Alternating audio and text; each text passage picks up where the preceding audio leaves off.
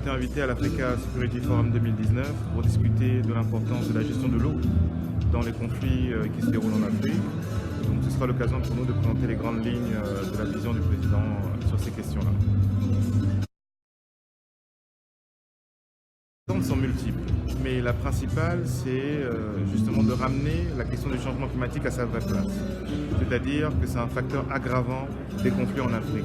Aujourd'hui, cette question est trop largement sous-estimée et on a la preuve aujourd'hui que les changements climatiques, surtout dans les zones arides, sont un vrai facteur de conflit. Aujourd'hui, plusieurs groupes extrémistes utilisent donc l'eau comme un objectif de guerre et comme un moyen de guerre. Donc, en coupant certaines villes, par exemple, d'accès à l'eau, on voit qu'il y a de vraies tensions et aujourd'hui, ce sera l'occasion de discuter de ces choses-là. La politique du président Ali Bongo est aujourd'hui connue. C'est un porte-parole de l'Afrique depuis maintenant 3 ans, car il assure le rôle de coordinateur du comité des chefs d'État et de gouvernement africains sur les changements climatiques. Donc aujourd'hui, il a une politique qui est proactive sur les changements climatiques. Donc il veut que les initiatives sur les changements climatiques soient opérationnelles. Donc Jean-Luc Borloo a parlé tout à l'heure de l'initiative par exemple sur les énergies renouvelables. C'est un des chevals de bataille du président Ali Bongo. Comment fait-on pour que l'Afrique soit dotée d'une capacité d'énergie la plus propre possible? Une autre initiative, par exemple, sur laquelle le président Ali Bongo travaille, c'est l'initiative sur l'adaptation en Afrique. On sait aujourd'hui que l'Afrique n'est pas responsable des émissions, mais un des continents les plus vulnérables. Parce que nous dépendons beaucoup d'agriculture, nous avons une quinzaine de villes situées sur le littoral, donc on fait face à l'érosion côtière. Donc aujourd'hui, comment l'Afrique se prépare-t-elle aux catastrophes qui vont arriver demain? On voit lorsqu'une catastrophe se déroule en Afrique, à cause du niveau assez faible de nos infrastructures, c'est une véritable catastrophe humaine. Nous ne sommes pas préparés à avoir des catastrophes en Afrique. Donc c'est un des chevals de bataille du président, opérationnaliser les initiatives. Le deuxième axe de sa politique internationale, c'est d'amener les financements nécessaires là-dessus. Donc, arrêt, initiative sur l'adaptation, comment finance-t-on le climat en Afrique? Donc, nous travaillons par exemple avec le Fonds vert sur le climat pour que l'Afrique puisse bénéficier de conditions spéciales d'accès à ces financements-là. On sait aujourd'hui que les pays les moins développés, 70% des pays les PMA, les pays les moins avancés, sont en Afrique.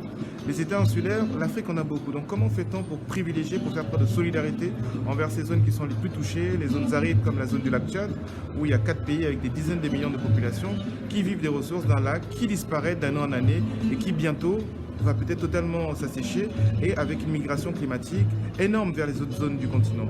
Donc c'est ça les principaux axes du président Ali Bongo, c'est de pouvoir opérationnaliser les initiatives en matière de lutte contre les changements climatiques en Afrique, de trouver les financements nécessaires à leur opérationnalisation.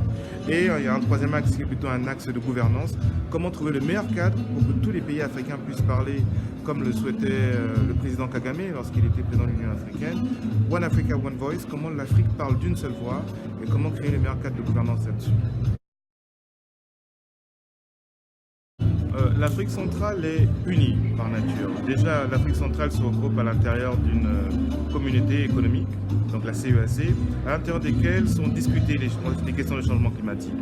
On a aussi la chance en Afrique centrale désormais d'avoir des initiatives propres, par exemple à la question des forêts, à travers la commission climat du bassin du Congo, où le président, son excellence M. Denis Sassou Nguesso, pilote donc les travaux du Fonds bleu pour le bassin du Congo et de la commission climat du bassin du Congo. Donc à l'intérieur de ces commissions, nous travaillons déjà sur les questions de changement climatique. Il y a 2 mois à New York, lorsque le secrétaire général des Nations Unies a invité les pays à venir ensemble discuter des questions de changement climatique, au sommet de New York de septembre, les pays du bassin du Congo sont partis et ont parlé d'une seule voix. Donc on a pu présenter une soumission qui a été présentée par le président Etienne Tshisekedi, qui est le président de la République démocratique du Congo, à l'initiative du président Ali Bongo Ondimba. Donc on voit bien que les pays d'Afrique centrale travaillent de plus en plus d'une voix et développent des initiatives communes qui fonctionnent.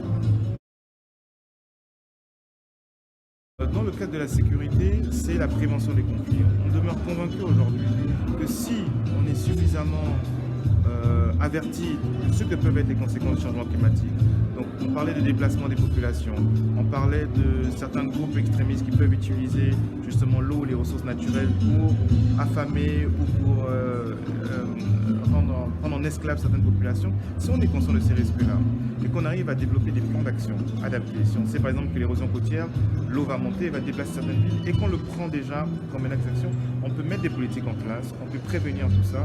Et aujourd'hui, c'est ce qu'il faut, c'est comprendre ce qui va arriver demain pour pouvoir mettre en place des solutions adaptées.